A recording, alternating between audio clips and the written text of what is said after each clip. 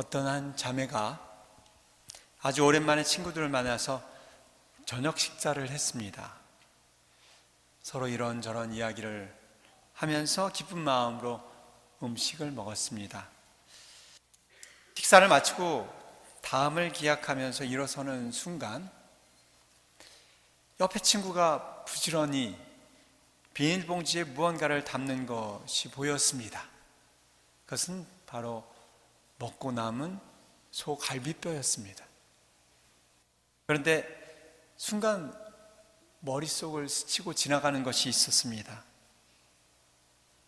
그리고 요일을 체크해 봤더니 아플싸, 바로 오늘은 금육제를 지켜야 하는 금요일이었습니다. 방금까지 유쾌했던 그런 마음과 기분은 사라지고 한순간에 깨름직한 그런 심정이 되어버렸습니다. 우리도 그런 경험들이 가끔씩 있죠. 그런데 미국하고 한국하고 좀 다른 법 규정이 있습니다. 한국에서도 예전에는 금요일마다 금육제를 지키지 않았는데 요즘에는 금요일마다 금육제를 지킵니다. 그런데 이상하게도 미국에 오니까 오히려 금육제를 평일 금요일에 안 지켜요. 여러분들 아십니까? 모르시죠? 아세요? 알고 계시죠? 네, 금요일날 금육제 안 지키시죠, 여러분들? 사순절 때만 지킬 겁니다, 아마. 하지만 한국은 모든 금요일마다 다 지킵니다. 근데 그것을 저도 안 지 얼마 안 되는데 좀 이상한 느낌이 들었어요. 왜냐하면 한국은 고기를 늘 먹는 나라입니까? 아니죠. 물론 요즘에 고기 소비량이 많이 늘고 고기를 많이 드시지만 한국은 고기를 주로 먹는 나라가 아니라 밥이나 김치 뭐 이런 걸 주로 먹는 나라인데 오히려 금요일날 금육을 지키고 고기를 거의 주식으로 먹는 미국에서는 금요일날 금육을 지키지 않는다는 게 좀 이해가 안 됐습니다. 어쨌든 뭐 그건 제가 법을 정하는 사람은 아니니까 좀 어폐가 있다라는 생각이 들었는데 어쨌든 뭐 매주 금요일 지키든 안 지키든 어쨌든 금육을 지키려고 하면 꼭 고기를 먹게 되고 제가 누구든지 이렇게 그 법을 어기게 되는 그런 상황들이 있습니다. 글쎄요, 뭐 이게 중요한 일은 아니지만 그만큼 신앙생활은 쉽지 않다라는 것을 아주 작지만 보여주는 예가 아닐까 싶습니다. 지켜야 할 계명도 많고 신앙인이기 때문에 해야 될 그런 일도 많고 하지 말아야 할 일도 많습니다. 사실 오늘 복음에선 주님 앞에서 먹고 마셨고 주님의 가르침을 들었을지라도 불의를 일삼는다면 주님의 내침을 받는다고 하셨는데 그만큼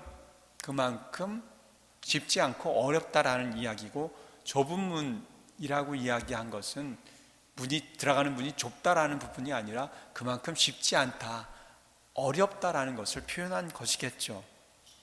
그래서 많은 사람이 들어가려 하겠지만 들어가지 못할 것이다 라고 이야기한 것입니다. 그러면 그 좁은 문에 들어가기 위해서는 어떻게 해야 하느냐? 바로 들어가지 못한 이유, 바로 불의를 일삼았기 때문에 못 들어갔다면 그 좁은 문에 들어가기 위해서는 정의를, 의로움을 일삼아야 되는 거죠. 불의를 일삼는다 라고 이야기했을 때 불의를 일을 삼아서 하는 거, 여러분들은 모두 다 거의 다 매일같이 일을 합니다. 아침서부터 저녁까지. 또 우리 주부들도 일이 짭이 없지만 가사 일도 일이죠. 그것이 어머니의 주부의 일입니다. 저도 저의 일이 있고 그만큼 많은 시간을 들여야 되고 정성을 들여야 하는 것이 일인데 그 의로움을 일 삼아야 한다고 한다면 얼마나 어렵겠어요. 쉽지 않은 일이죠. 그런데 그 의로움, 정의라는 것이 과연 무엇인가? 불의에 반대되는 정의라는 것이 도대체 무엇인가? 한 2주 전에 제가 평일밀사 때 말씀을 드렸습니다만, 여기서 의로움은 한자의 의를 살펴보면 된다라고 말씀드렸습니다. 그 의는 양양자와 나아자를 같이 합친 이 의라는 단어는 제사용어라고 말씀드렸습니다. 즉 나를 대신해서 제물을 바쳤었던, 즉 양을 바쳤었던 그 제사용어, 즉 의로움이란 것은 나를 대신해서 바쳐지는 그 무언가, 바로 희생을 이야기하는 것이죠. 의로움이란 우리가 생각하는 정의, 이런 부분에 앞서서 어원을 생각하자면 바로 희생을 뜻합니다. 희생은 곧 사랑을 뜻하는 것이죠. 우리 삶 안에서 내 자신을 위해서가 아니라 내가 아닌 다른 사람을 위해서 바치는 희생, 그 누군가를 위해서 바치는 그 희생을 일삼아야 된다는 것이죠. 즉 나를 위해서 살지 말고 바로 내가 아닌 다른 사람들, 가족, 또 이웃, 또 주님을 위해서 일을 삼을 정도로 열심히 최선을 다해야지만이 좁은 문에 들어갈 수 있고 구원에 이른다는 말이 아닐까 싶습니다. 정말 쉽지 않은 일이죠. 신앙인이 아니라면 겪을 필요도 없는 어려움과 고통들은 바로 주님을 따름으로 인해서 생겨난 바로 이 의로움, 희생이라고 볼 수 있습니다. 하지만 우리는 그 안에 담긴 영적 의미를 발견해야 됩니다. 우리가 아까 이야기했듯이 금요일날 고기를 먹지 않는다, 그냥 지키기 위해서 안 먹는 것이 아니라 먹지 않음으로 인해서 나에게 희생이 되는, 그리고 그 희생이 된 것을 통해서 다른 이에게 사랑으로 베풀어질 수 있는 것을 내가 깨달아야지 그것이 의미가 있는 것이고 내 구원에 도움이 되는 것이죠. 고기를 먹지 않으면서 나에게 아무런 희생이 되지 않는다, 그것은 의미가 없는 것이죠. 희생한 것이라 볼 수 없는 것이죠. 고통이 크면 클수록, 희생이 크면 클수록 그것을 지혜롭게 잘 이겨낼 수 있는 은총도 그만큼 더 크게 주어진다는 것을, 바로 오늘 복음에 구원의 좁은 문으로 들어갈 자격 또한 거저 얻어진다는 것을 우리는 잊지 말아야 되겠습니다. 바로 오늘 복음은 그걸 우리에게 이야기해 주는 것이죠. 구원의 문이 좁은 것은 십자가의 순환과 죽음을 거쳐야 들어갈 수 있는 문이기 때문입니다.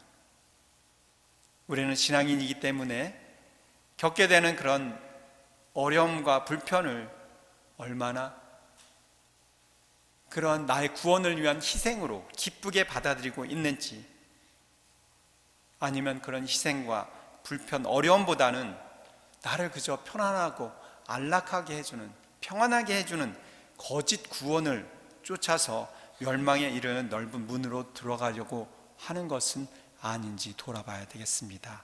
특별히 오늘 우리가 기억하고 있는 박문인 글라라 자매님, 저는 잘 모릅니다만 75세를 일기로 이곳에서 사셨지만 한국에 방문하셨다가 어떻게 보면 타지에서 돌아가신 거지만 또 한편으로 생각하면 사랑하는 남편이 계신, 그리고 고국에서 돌아가신 것으로 위안을 삼으면 좋겠습니다. 제가 고인에 대해서 들은 이야기는 초기부터 저희 정당에 함께 하시면서 많이 도네이션도 하시고 봉사도 하셨다라고 들었습니다. 그만큼 많은 그분에게 희생이 있었을 거라 생각이 됩니다. 그리고 그 희생을 봉헌한 삶을 사셨을 거라 생각합니다. 그리고 이번에 한국에 방문한 것은 한국에 계신 남편분이 몸이 불편하다고 하셔서 검사를 하시고 뭐 하신다고 해서 그 걱정된 마음으로 한국을 방문하셨다가 오히려 본인이 하나님의 부르심을 받았다라는 이야기를 들었습니다.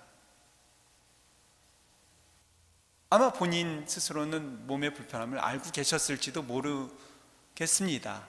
하지만 본인보다도 오히려 남편을 걱정하고 또 남편을 위해서 이 먼 걸음으로 비행기를 타고 한국에 갈 그런 마음에 어떤 사랑의 마음, 희생의 마음이 있다면 저는 혹시 우리 자매님이 불의를 일삼지는 않았지만 의로움을 일삼는 것이 부족해서 오늘 복음에서처럼 주님께서 내침을 하시지는 않았을 거라는 생각이 듭니다. 그러한 일련의 자매님의 마음이라면 충분히 하느님께서 넉넉한 마음으로 품어주실 것이라 저는 믿어 의심치 않습니다. 오늘 특별히 고인께서 하느님 품에 더 확실하게 안길 수 있도록 우리는 이 미사 안에서 정성되이 고인을 위해서 기도해야 하겠습니다. 아멘.